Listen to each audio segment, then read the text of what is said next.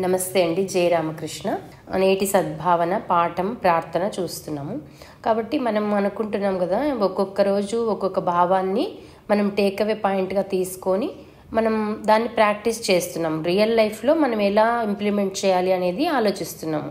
చూస్తున్నారు కదా, ఒక నిత్య పూజ చేయడం ద్వారా ఇన్స్పైర్ అవుతున్నారు. నేను పూజ ఫొటోస్ అప్పుడు పెట్టేదాన్ని, మధ్యలో అనిపించేది ఎందుకు పెట్టాలి పూజ ఫొటోస్, వద్దులే అనిపించేది. కానీ మళ్ళీ స్వామీజీ వాళ్ళు అన్నారు, పెడతా ఉండండి, మీరు వేరే వాళ్ళని చూసి ఇన్స్పైర్ అయ్యారు కాబట్టి మిమ్మల్ని చూసి ఇంకొకరు ఇన్స్పైర్ అవుతారు అంటే నిజంగానే రూపా గారు ఇన్స్పైర్ అయ్యి తన నిత్య పూజని చేసుకుంటున్నారు. ఒక గంట సేపు చేయగలుగుతున్నారు. పూజ అంటే మనం మామూలుగా 10 minutes 15 minutes అట్లా చేసి ఇంక పక్కకు వచ్చేస్తూ ఉంటాం. అట్లా కాకుండా గంటలు గంటలు చేయగలిగే అంత శక్తి వస్తుందన్నమాట మనకు నిత్య పూజ కూడా. అది కూడా ఒక ధ్యానంతో సమానమే. కాబట్టి మనము ఎన్నో విషయాలు మనం ఈ సత్సంగానికి రావటం వల్ల నేర్చుకునే వాళ్ళం అవుతాము. ఒకరి నుంచి ఒకరు లాస్ట్లో మీరు అందరినీ మాట్లాడమంటున్నాం కాబట్టి మీ అనుభవాలు అవన్నీ చెప్తూ ఉంటారు కాబట్టి అవన్నీ ఒకరి నుంచి ఒకరు తెలుసుకుంటూ మనం అభివృద్ధి అవుతూ ఉంటాం, ఆధ్యాత్మికంగా పురోగమనం చెందుతూ ఉంటాం అనమాట. సో కాబట్టి ఇక్కడ నేటి సద్భావన ఏమిచ్చారు అంటే, మన మనస్సును కలతపరిచేవి, మన దృష్టిని చెడగొట్టేవి, మన నిశ్చయాన్ని కదిలింపజేసేవి అయిన ఆలోచనలలో మనం కూరుకుపోకూడదు అంటున్నారు. కాబట్టి మనం అనుకున్నాం కదా, ఒక్కొక్కసారి మార్నింగ్ లేవగానే మనకి బ్యాడ్ థాట్స్ వస్తుంటాయి, లేదా రోజు మధ్యలో అయినా ఎప్పుడో ఒకసారి మనకి భయం కలిగించేవి కానీ బాధ కలిగించేవి, డిస్టర్బెన్స్గా ఫీల్ అవుతుంటాం. కొన్ని థాట్స్ అట్లా వస్తుంటాయి. అవన్నీ ఎక్కడుంటాయంటే సబ్కాన్షియస్ మైండ్లో అడుగును ఉంటాయి. మనం ఎంత ఏ ఆలోచన చేసినా అది లోపలికి వెళ్ళిపోయి నిక్షిప్తమైపోతుంది. ఆ ఆలోచన కార్యరూపంగా ఎప్పుడు దాలుస్తుంది అంటే దానికి అనుకూలమైనటువంటి పరిస్థితులు వచ్చినప్పుడు అది విజృంభించేస్తుంది అనమాట. కాబట్టి మన ఆలోచనల మీదనే మనం కంట్రోల్లో ఉండాలి. ఏం ఆలోచిస్తున్నాము, ఎవరి గురించైనా చెడుగా మాట్లాడితే వింటున్నామా, అది కూడా లోపలికి వెళ్ళిపోతుంది సబ్కాన్షియస్ మైండ్లోకి. అది మనకి హాని చేస్తుంది అనమాట. కాబట్టి ఏమంటున్నారు, మన దృష్టిని చెడగొట్టేవి అంటే మనం ఆధ్యాత్మిక లైన్లో ఉండకుండా ప్రాపంచికతలోకి పడిపోయేలాగా చేసే ఆలోచనలు అయితేనేమి, మనం దృఢ నిశ్చయం చేసుకొని ఉంటాం ఏదైనా ఒక పని చేయాలి, మంచి పని చేయాలి అనేసి, దాని నుంచి మనల్ని డీవియేట్ చేసే ఆలోచనలు కానీ అలాంటి ఆలోచనల్లో మనము కూరుకొని పోకూడదు అని చెప్తున్నారనమాట. కాబట్టి ఎట్లా మనము కూరుకొని పోకుండా ఉండగలుగుతాము అంటే కాన్షియస్ లివింగ్తోనే అనమాట. కాన్షియస్గా ఉండాలి. ఏం ఆలోచిస్తున్నామో మనం అంటాం కదా, ఆహారం తీసుకోవడం అంటే నోటి ద్వారా తీసుకోవడం ఒకటే కాదు, మన మనస్సు ద్వారా స్వీకరించటము, కళ్ళ ద్వారా, చెవుల ద్వారా, అన్నిటి ద్వారా స్వీకరించేదంతా కూడా ఆహారం కిందకే వస్తుందన్నమాట. కాబట్టి మనం అట్లా జాగ్రత్తగా ఉండాలి. పాఠం చూద్దాం. మనం అల్పత్వాన్ని అనంతమైన దానితో అధిగమించాలి. అనంతమైన వాడంటే ఎవరు? భగవంతుడే. భగవంతుని తత్వమే అనంత తత్వము. కాబట్టి భగవంతునితో కనెక్ట్ అవుతూ ఉంటే ఏమవుతుంది, మన అల్పత్వం అంతా మాయమైపోతుంది అనమాట. చెడు ఉంటుంది కానీ దానితో జీవితంలో తప్పనిసరిగా ఏకీభవించాలని లేదు. కాబట్టి ప్రపంచంలో చాలా చెడు ఉంది. ఇప్పుడు కలియుగం అండి, చాలా చెడిపోతా ఉంది అని అంటానే ఉంటారు. అయినా నువ్వు దాని వైపు చూడొద్దు, దాంట్లో ఉన్నావని అనుకోవద్దు. కొంత పర్సెంట్ అయినా మంచి వాళ్ళు ఉన్నారు కదా, ఆ పర్సెంటేజ్లో మనం ఉందామని అనుకోవాలన్నమాట. కాబట్టి ఎప్పుడు చూసినా బ్యాడ్ న్యూస్ అలాంటివి వినడము, అలాంటివి షేర్ చేసుకోవడము, ఎవరైనా పంపిస్తే వాటిని చూడడము, అవన్నీ మానేసేయాలి మనము. ఉంది, బ్యాడ్ లేదని చెప్పట్లేదు. వివేకానంద స్వామి కూడా ఏమంటారంటే, ప్రపంచంలో కావాల్సినంత చెడు ఉంది, నువ్వు దాని గురించి ఏం మాట్లాడకు అంటారు.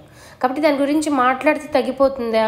పోయి ధర్నాలు చేస్తాము, అట్లా చేస్తాము, ఇట్లా చేస్తాము, ఏం చేసినా అవన్నీ మనం తగ్గించలేము. ఎన్నో సమస్యలు ఒకదాని తర్వాత ఒకటి వస్తూనే ఉంటాయి. కాబట్టి మనం ఏం చేయాలి, మంచిని పెంచుతూ పోవాలన్నమాట. మంచి ఆలోచనలు పెంచడము, మంచి జీవన విధానాన్ని అలవర్చుకోవటము, అట్లా చేస్తుంటే ఏమవుతుంది, చెడు తగ్గిపోతుంది అనమాట. ఇప్పుడు నేను ఎవరినో చూసి ఇన్స్పైర్ అయ్యి నిత్య పూజ చాలా బాగా చేయడం నేర్చుకున్నాను. నన్ను చూసి ఇప్పుడు రూపాన్ని నేర్చుకుంది, రూపాన్ని చూసి ఇంకొకరు, అట్లా ఒకరితో ఈ చెడు ఎలా వ్యసనంలాగా ఉంటుందో మంచి కూడా ఒక మంచి వ్యసనమే అనమాట. మనము అది కూడా ఒక అంటించుకోవచ్చు, ఒకరి నుంచి ఒకరికి తీసుకోవచ్చు అనమాట ఇన్స్పిరేషన్గా. అట్లా చేద్దాము అని అంటున్నారనమాట. కాబట్టి చెడు ఉంటుంది కానీ మనం ఏకీభవించాలని లేదు అని. పిల్లలు చెడిపోతున్నారండి అంటారు. మంచి పిల్లలు పెరగడం లేదా, చాలామంది ఇళ్లలో ఉంటున్నారు కదా. కాబట్టి మనం ఏం చేయాలి, మంచి మీద కాన్సన్ట్రేట్ చేసి లేదు పలానా వాళ్ళ ఇంట్లో ఇంత చక్కగా పెంచారు, ఇలా ఉన్నారు అన్నామనుకోండి, వేరే వాళ్ళు ఇన్స్పిరేషన్గా తీసుకుని వాళ్ళు కూడా అలా పెంచుకుంటారు. అట్లా చేద్దాము అని అంటున్నారు అనమాట. మనం ఎల్లవేళలా దానితో పోరాడుతూనే ఉండాలి. మనందరం దివ్యత్వపు వారసత్వాన్ని కలిగి ఉన్నాము.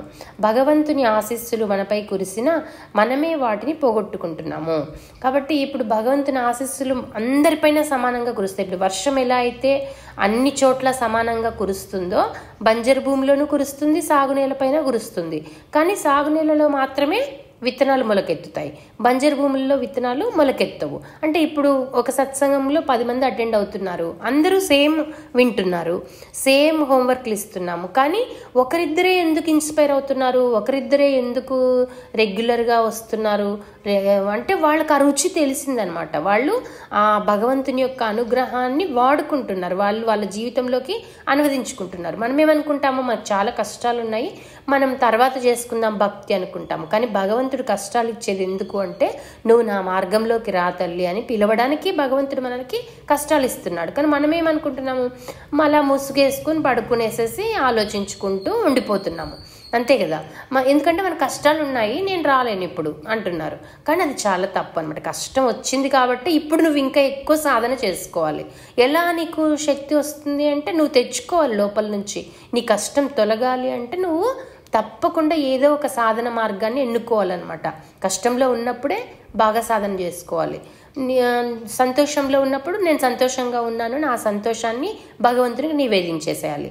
కాబట్టి మనము దివ్యత్వపు వారసులమే మనం అందరము. కానీ దాన్ని వినియోగించుకునే వాళ్ళు కొద్దిమందే ఉన్నారు. భగవంతుని ఆశీస్సులు మనపై కురిసినా కూడా మనము తెరచాప అడ్డంగా పెడుతున్నాం అనమాట. అందుకని ఏమంటారు రామకృష్ణ పరమహంస ఏమంటారంటే, భగవంతుని అనుగ్రహము అనేటువంటి గాలి అందరి మీద వీస్తూ ఉంది, నువ్వు తెరచాపని అడ్డు తొలగించుకో, అప్పుడు నీకు కూడా ఆ గాలి తగులుతుంది అంటున్నారు అనమాట. కాబట్టి ఇప్పుడు నన్ను చాలామంది అడుగుతారు, మీరు ఎలా రామకృష్ణ మఠంని అలా వినియోగించుకోగలిగారు, మీకు ఎవరైనా చెప్పారా అని. ఎవరు చెప్పరు. అక్కడ స్వామీజీలేమి నువ్వు వెళ్ళి ఆ సేవ చేసుకో, నువ్వు వెళ్ళి ఈ సేవ చేసుకో, వాళ్ళు ఏం చెప్పరు. వాళ్ళు ఒక ఎగ్జాంపుల్ లాగా వాళ్ళు అన్నీ చేస్తూ ఉంటారు. వాళ్ళని చూసి ఇన్స్పైర్ అయ్యి బయట ప్రపంచంలోకి వచ్చి మనం ఏం సేవలు చేయొచ్చు అనేది చేసుకుంటూ వెళ్ళిపోయామన్నమాట. ఇప్పుడు అందరూ చాలామంది లేడీస్ నా దగ్గరికి వచ్చి మొన్న మీటింగ్లో మాట్లాడుతున్నారు, అయ్యో మాకు ఎప్పటి నుంచో సేవ చేయాలని ఉందండి, మేము ఎలా చేయాలో చెప్పండి, ఇంత బాగా ఎలా చేశారండి మీరు, అందులో ఒంటరిగా ఎలా చేశారండి అని అడుగుతున్నారు. కాబట్టి ఆ మోటివేషన్ అదంతా లోపల నుంచి మనలో నుంచే రావాలన్నమాట. ఏదో మనం కాసేపు క్లాస్ విన్నప్పుడు మాత్రమే మోటివేషన్ వచ్చింది, తర్వాత ఇంటికి వెళ్ళంగానే ఇంకా మామూలే ఎప్పుడు ప్రాపంచికతలోనే మునిగిపోతున్నాము అంటే మనకి సరైన శక్తి ఇంకా లేదు అని అర్థం అనమాట. ఆధ్యాత్మికంగా ఇంకా శక్తిని మనం పుంజుకోలేదు. ఆధ్యాత్మికంగా శక్తిని పుంజుకుంటే ఏమవుతుంది, మన డే టు డే లైఫ్లో వచ్చే ప్రాబ్లమ్స్ని కూడా ఈజీగా ఎదుర్కొంటాం అనమాట. మనము ఎవరైనా ఒక మనిషి కోపపడినా దాన్ని తప్పుగా తీసుకోము, చాలా ఒక స్మైల్ ఇచ్చేసి పక్కకి వెళ్ళిపోతాము. అప్పుడు గొడవలు ఎక్కడి నుంచి వస్తాయి, మనకి ఎక్కడి నుంచి రావు కదా. కాబట్టి చాలా ఉపయోగాలు ఉంటాయి ఆధ్యాత్మికంగా మనము పురోగమనం చెందితే. అయితే మనం ఉపయోగించుకోవాలన్నమాట. వాటిని ఎలా తిరిగి పొందాలో మనకు తెలియడం లేదు అంటున్నారు. ఆశీస్సులు, భగవంతుని ఆశీస్సులు ఎలా మనం పొందాలి అనేది మనకు తెలియడం లేదు అంటున్నారు. చెప్తున్నాం కదా, అమ్మ ఏదైనా వాలంటీర్గా వర్క్ చేయండి, వాలంటీర్గా అంటే ఎవరైనా ప్రెగ్నెంట్ అని ఉంటే కనెక్ట్ చేయండి అంటారు. అదేం పెద్ద పని కాదు కదా. ఇంట్లో పనులు చూసుకుంటూ కూడా ఒక దృష్టి దాని మీద ఉంచుతామన్నమాట. సో కొంతమంది కనెక్ట్ చేస్తున్నారు. లేదు ఇంకా కొంతమంది ఓల్డ్ ఏజ్ పీపుల్ ఉన్నారు, వాళ్ళతోటి ఎప్పుడైనా వారానికి ఒకసారి ఒకరొకరు మాట్లాడినారనుకో వాళ్ళు లోన్లీగా ఫీల్ అవ్వడము తగ్గిపోతుంది కదా. అంతకుముందు కూడా మనం అట్లా చేసాము. ఒక ముసలావిడ ఉండేవారు, ఆవిడతోటి మన వాలంటీర్స్ ఎప్పుడైనా మాట్లాడేవారు అనమాట. అంటే వాళ్ళకి ఎవరో ఒకరు మాట్లాడాలని ఉంటుంది కదా, ఎవరైనా పలకరించాలి మమ్మల్ని, మమ్మల్ని ఒంటరిగా వదిలేశారు అట్లా అనుకుంటారు. ఇంట్లో వాళ్ళు ఉద్యోగాలు అలా చేసుకుంటూ ఉంటారు కదా, ఇంట్లో ఒక్కరే ఉంటారు కదా. అది కూడా సేవే. ఎంత చిన్న సేవ అయినా భగవంతుడు సంతోషిస్తాడనమాట. కాబట్టి భగవంతుని బిడ్డలుగా మారటానికి మనం ప్రయత్నం చేస్తూ ఉండాలి. అల్పమైన భావాలను ఆలోచిస్తూ ఉంటే భగవంతుని ఆశీర్వాదాన్ని మనం పొందలేం. కాబట్టి నాకు కూడా మొన్న ఆ మీటింగ్కి వెళ్ళాలంటే కొంచెం భయం వేసిందమ్మో, పెద్ద పెద్ద వాళ్ళు వస్తారేమో, నేను ఏం చేశాను అసలు, నేను కొంచెమే కదా చేశాను, నేను వెళ్ళాలా, ఇంత పెద్ద మీటింగ్కి అవసరమా అనిపించింది. ఇంట్లో వాళ్ళు కూడా ఇన్నాళ్ళు చేసావు సేవలు, ఇంక చాలులే, మళ్ళీ ఎందుకు వెళ్తావు, అది పల్లెలకు సంబంధించిన ప్రోగ్రాం కదా, నువ్వు అంత పల్లెలకి ఎలా వెళ్ళలేవు కదా, నువ్వేం వెళ్తావులే అని వెనకంజ వేయించారంట. కానీ నేను ఒకటే ఆలోచించాను, ఏదైనా ఒక అవకాశం కనిపించింది అంటే మనం దాన్ని అందిపుచ్చుకోవాలన్నమాట. అందిపుచ్చుకొని అక్కడికి వెళ్తే ఏమవుతుందో చూద్దాం, అసలు ఎలాంటి సభ తెలియదు కదా, తెలియకుండానే డ్రాప్ అవడం ఎందుకు అనేసి వెళ్తే ఏమైంది, సూపర్ హిట్ అయింది అనమాట. ఇంకా నేను మాట్లాడిందే వాళ్ళందరికీ నచ్చింది, వాళ్ళందరూ ఇన్వైట్ చేయడం అయితేనేమి అట్లంతా జరుగుతూ ఉంది. నేను ఒకవేళ అది వదిలేసుకుని ఉంటే, నేను భయపడి అల్పంగా ఆలోచించి ఇంట్లోనే కూర్చొని ఉంటే నన్ను ఎవరైనా బొట్టు పెట్టి పిలుస్తారా చెప్పండి? ఎవరు పిలవరు కదా. తర్వాత చాలా అద్భుతాలు జరిగాయి. చాలా పెద్ద పెద్ద వాళ్ళు కనెక్ట్ అవ్వడం అయితేనేమి, ఎక్కువ గ్రూప్స్ అయితేనేమి, మంచి మంచి గ్రూప్స్లో నన్ను యాడ్ చేయడము, ఇంకా ఇంకా అందరితో నేర్చుకోవటము, ఇట్లా సేవలు ఎలా చేయాలో తెలుసుకోవటము, ఇంకా ఇట్లా అవుతున్నాయి అనమాట. అంటే కొందరు అనుకోవచ్చు దీనివల్ల ఏమైనా డబ్బులు వస్తాయి మనకంటే, డబ్బులు వస్తేనే అది పనికొచ్చే పని అని మనం ఎప్పుడు అనుకోకూడదు అనమాట. డబ్బు కాకుండా ఇంకా మనశ్శాంతి రావచ్చు, మనకు ఆరోగ్యం రావచ్చు, ఇంట్లో వాళ్ళకి బ్లెస్సింగ్స్ రావచ్చు, మన పిల్లలు మనల్ని ఆదర్శంగా తీసుకోవచ్చు, ఎన్నో జరుగుతాయి అన్నమాట. కాబట్టి మనము కేవలము డబ్బు సంపాదిస్తేనే అది మంచి పని అని అనుకోకూడదు అనమాట. కాబట్టి ఏమంటున్నారు, అల్పమైన భావాలను ఆలోచిస్తూ ఉంటే భగవంతుని ఆశీర్వాదాన్ని మనం పొందలేము, అందువలన పనికిమాలిన ఆలోచనలను రానివ్వకూడదు అంటున్నారు. కాబట్టి ఆ ఆలోచన ఎప్పుడైతే స్టార్ట్ అవుతుందో మన మైండ్లో ఏదైనా చెడు ఆలోచన స్టార్ట్ అవుతా ఉంది, ఎవరినైనా ద్వేషించాలని అనిపిస్తూ ఉంది, లేకపోతే ఎవరికైనా ఫోన్ చేసి వాళ్ళు ఇలా మాట్లాడారు అని తిట్టాలనిపిస్తూ ఉంది, అట్లా అనిపించినప్పుడు ఏం చేయాలి అంటే ఆలోచన స్టార్టింగ్లోనే దాన్ని తొక్కేయమని చెప్తారనమాట. ఇంకా దాన్ని అమలు పరచద్దు. అది ఎవరు చేస్తున్నారు ఆలోచన? మనస్సు నిన్ను అట్లా ప్రేరేపిస్తూ ఉంది. మనసు వేరు నువ్వు వేరు అని అనుకోమంటారు. మా గురువులందరూ చెప్పేది ఇదే అనమాట. నువ్వు వేరు, నీ మనసు వేరు. నీ మనసు చెప్పినట్టు వినద్దు. నీ మనసు చెప్పినట్టు వింటే నువ్వు పప్పులో కాలేస్తావు, చాలా తప్పులు చేసేస్తావు, చాలా దుఃఖం వస్తుంది నీకు అని చెప్తారనమాట. కాబట్టి ఎప్పుడు ఇదే ప్రాక్టీస్ చేయాలి.